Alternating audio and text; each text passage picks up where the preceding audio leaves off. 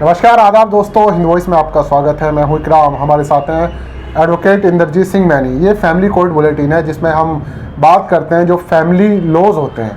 जैसे बहुत सारे लोग जो जिन्हें पता नहीं होता या परेशान होते हैं, पीड़ित होते हैं और मदद के लिए दर दर फिरते हैं और वकील जो है या तो उनका फ़ायदा उठाते हैं या ठीक से उन्हें समझा नहीं पाते। बहुत सारे लोग आज के इसमें परेशान हैं।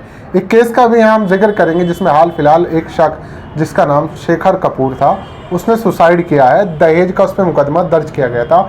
उसके जो ससुराल वाले थे उनकी तरफ से बड़ा परेशान था, तो उसका भी जिक्र करेंगे। और ऐसे मामले जब किसी पे दर्ज किए जाते हैं, मुकदमा इस तरह किसी पे किया जाता है, उनसे वो कानूनी रूप से किस तरह से मदद ले सकता है, किस तरह से बच सकता है, तो ये सब इसमें आज रहने वाला है। सर, उसी से शुरुआत करते हैं, शेखर कपूर से। स्वागत है सबसे पहले आपका। तो इसमें हम सबसे पहले मैं जानना चाहता हूँ उस लड़के के साथ हुआ क्या था, उसे करना क्या चाहिए, तो उसने सुसाइड जैसा कदम क्यों उठाया? जी नमस्कार जी। इनफैक्ट मेरी नॉलेज में भी ये उस लड़के के सुसाइड करने के 2 दिन बाद मेरे नॉलेज में आया। ये मेरे पास इन्फॉर्मेशन आई कि ऐसे एक लड़के ने सुसाइड कर लिया और काफ़ी ही कम एज का लड़का था। बहुत ही उसमें देख के आप जानोगे 90s का बर्थ था उसका, 1990 का बर्थ था उस लड़के का। अच्छा। और बहुत ही कम एज का लड़का था और उसके ऊपर ये प्रेशराइज उसे करा गया। उसके ऊपर जो है फैमिली मैटर्स के उसमें डोमेस्टिक वायलेंस का 498 की कंप्लेंट रजिस्टर करी गई उस लड़के के ऊपर। उसको लेते हुए वो लड़का इतना डिप्रेस हो गया। इनफैक्ट इन केसेस में क्या रहता है कि कम्युनिकेशन नहीं हो पाता, क्योंकि ये यंग एज के यूजुअली जो है लड़के इस समय 25 से 35 के बीच में होते हैं जब ये उनके ऊपर होता है, क्योंकि marriage due to any reason उनके बीच में अंडरस्टैंडिंग नहीं बनी, तो जो स्पाउस है वो घर गई और उसने ये कंप्लेंट कर दी बिना कुछ सोचे समझे। एलिगेशन हम अभी इस मामले में नहीं बात करते कि वो सही है या गलत है, जबकि हमें पता है कि काफी रिपोर्ट्स काफी रिपोर्ट्स हैं जिसमें ये कहा गया है कि 90% जो ये हैं एलिगेशंस ये झूठे होते हैं। हम लोग भी जानते हैं। ये बड़ी बात आपने बोली है कि 90% मतलब एक एक्सपीरियंस शेयर करें, ऐसी रिपोर्ट सामने या आंकड़े सामने आते हैं कि फेक होते हैं, ज्यादातर झूठे होते हैं। जी, ये जब ट्रायल चलता है उसमें एक्विटल हो जाता है तो ऑफ कोर्स वो झूठे मामले हैं। एक्विटल उनका और लगभग एक्विटल होता ही होता है। उसका रीजन ये है कि जब ये कंप्लेंट बनाई जाती है या दी जाती है स्पाउस से या कहें लड़की पक्ष से, तो उसके अंदर झूठ लिखते लिखते इस एक्सटेंड तक लिख देते हैं कि वो एक नेक्स्ट टू इम्पॉसिबल सिचुएशन बन जाती है। मैंने यहाँ तक केसेस देखे हैं। आपके डिस्ट्रिक्ट कोर्ट का केस है ईस्ट का ही, उसके अंदर मैंने यहाँ तक देखा है कि एक दहेज की लिस्ट जो दी जाती है उसमें लिखा हुआ था बाइक दिखा गया। तो जब हमने पूछा कि इस बाइक का नंबर बताओ, क्योंकि ऐसी कोई बाइक ली नहीं गई थी। अच्छा। उसमें बाइक लिखा हुआ था। अच्छा। टीवी लिखा हुआ था। टीवी आप बताइए कौन सी टीवी कौन सी कंपनी का था? बाइक, अच्छा बाइक, चलो टीवी भी से यही टैक्स की उसने बिना बिल के ले लिया। बाइक तो आई नहीं सकती ना बिना नंबर के। बिल्कुल। और 5 साल की शादी के बाद आप कह रहे हैं, तो ये भी नहीं कह सकते कैंसिल करवा दी। तो उस समय वो लोग फंस जाते हैं उस चीज में कि अब रिप्लाई आप कैसे करोगे। तो इसके लिए जो भी इसके अंदर पीड़ित होते हैं, चाहे लड़का चाहे उसके पेरेंट्स, उनको एक कम्युनिकेशन करना चाहिए। बहुत सी ऐसी ऑर्गेनाइजेशन है, मेंस राइट ऑर्गेनाइजेशन है, और उनका वो लोग काउंसलिंग भी कर रहे हैं हर हफ्ते। हम लोग भी लीगल कैंप लगा रहे हैं। लास्ट टाइम भी आपके इस चैनल पे शायद आया था, हम लोगों ने भी लगाया था।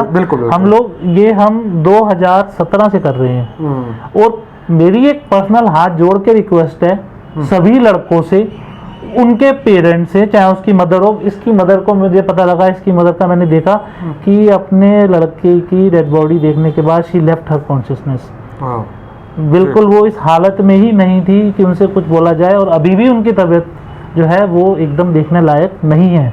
तो मेरी आप सब लोगों से, चाहे वो लड़के वाले हैं, उसके पेरेंट्स हैं, उसके मदर हैं, उसके ब्रदर हैं, किसी को 1% भी टेंशन लेने की, सुसाइड करने की जरूरत है ही नहीं। ठीक है, आप मुझे 24 घंटे में जब मर्जी कॉल कर सकते हो। और हम डिस्प्ले पर नंबर चला रहे हो वकील साहब का। अगर आपको लगता है कि आपको परेशान किया जा रहा है, झूठी धमकी दी जा रही है, या आप इस ऐसे मुकदमे में फंस चुके हैं, तो आप लीगली तौर पर हेल्प ले सकते हैं। आपकी पूरी मदद की जाएगी। डिस्क्रिप्शन में नंबर है, डिस्प्ले पर नंबर चल रहा है। इस वीडियो को ज़्यादा से ज़्यादा शेयर कीजिएगा। सर, अपनी बात कंप्लीट। जी, आपको फ्री ऑफ कॉस्ट, मैं आपके चैनल पे आज पहली बार शायद ये बोल रहा हूँ कि फ्री ऑफ कॉस्ट भैया मरने की जरूरत नहीं है। प्योर हिंदी में मैं आपको बता रहा हूँ, कई लोग हिंदी में, हम लोगों ने 2018 का केस था, लड़का करनाल में अच्छा। अपनी छत पे चढ़ा हुआ था, उसने रात को 10 बजे एक लड़के को कॉल किया। अच्छा। वो लड़का भी मेंस राइट से जुड़ा हुआ है, उस लड़के ने मुझे कॉन्फ्रेंस पे लिया, हमने उसे यही बोला भाई मरने की जरूरत नहीं है, एक बार हमारे पास आ जा जी, तुझे मरने की जरूरत नहीं है, और हम we are not going to charge anything from you, any cost या कोई भी हम लोग आपसे नहीं लेने वाले कोई चीज आपको एडवाइस करने के, लेकिन आपको मरने की जरूरत नहीं है, और मरने की सच्ची में जरूरत नहीं है, क्योंकि अगर आपने ऐसा नहीं किया तो ये प्रूव करना उसके लिए बहुत ही मुश्किल रहेगा कि जो एलिगेशन वो आपके ऊपर लगा देती है उस समय उस कंप्लेंट के अंदर, आपने उसे मारा नहीं, आपने उसे पीटा नहीं, आपने उससे दहेज मांगा नहीं, तो भैया उसके अंदर माना कि वन साइडेड लॉ है, ये भी हमने मान लिया एक पल के लिए, लेकिन उसके लिए भी आपको मरने की जरूरत नहीं है। कोई भी आपको वेरियस जजमेंट्स आर देयर, मैंने शायद आपके पहले लास्ट ईयर भी एक उसमें कहा था, स्टेट वर्सेस राजेश कुमार है, state of UP versus Rajesh Kumar, तो आपको बहुत सारी जजमेंट्स हैं, सुप्रीम कोर्ट की जजमेंट्स हैं, आपको जो आप डर जाते हैं कि आपको अरेस्ट कर लिया जाएगा, रातों रात उठा लिया जाएगा, वो जमाना चला गया 2015 के बाद।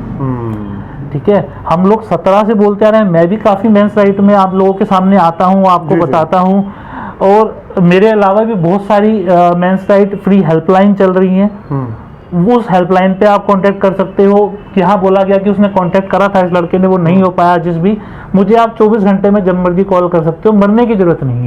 अगर आप सच में इनोसेंट हैं और फंसे हुए हैं तो आप हेल्प जरूर लीजिए, डरिए मत, संकोच मत कीजिए, फोन कीजिए फ्री ऑफ कॉस्ट, बिना किसी फीस के आप सर की हेल्प ले सकते हैं, जब चाहे एनी टाइम, किसी भी टाइम कॉल कीजिए, लेकिन इस तरह का कदम ना उठाएं। इसलिए आज हमने एपिसोड बनाया काफ़ी दिनों बाद, आज हम फैमिली कोर्ट बुलेटिन लेकर आए आपके सामने, क्योंकि एक लड़के ने सुसाइड कर लिया, सिर्फ दहेज का मुकदमा 498 उस पर दर्ज किया गया था, और झूठा, वो भी परेशान हो गया, डिप्रेशन में आ गए, और अब उसकी फैमिली बुरी कंडीशन से गुजर रही है।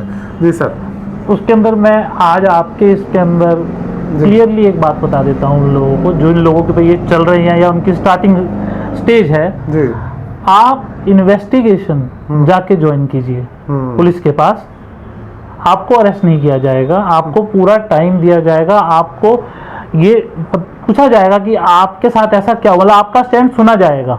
अगर कोई ऐसा नहीं करता तो आप उसके अगेंस्ट हायर अथॉरिटीज में जा सकते हैं।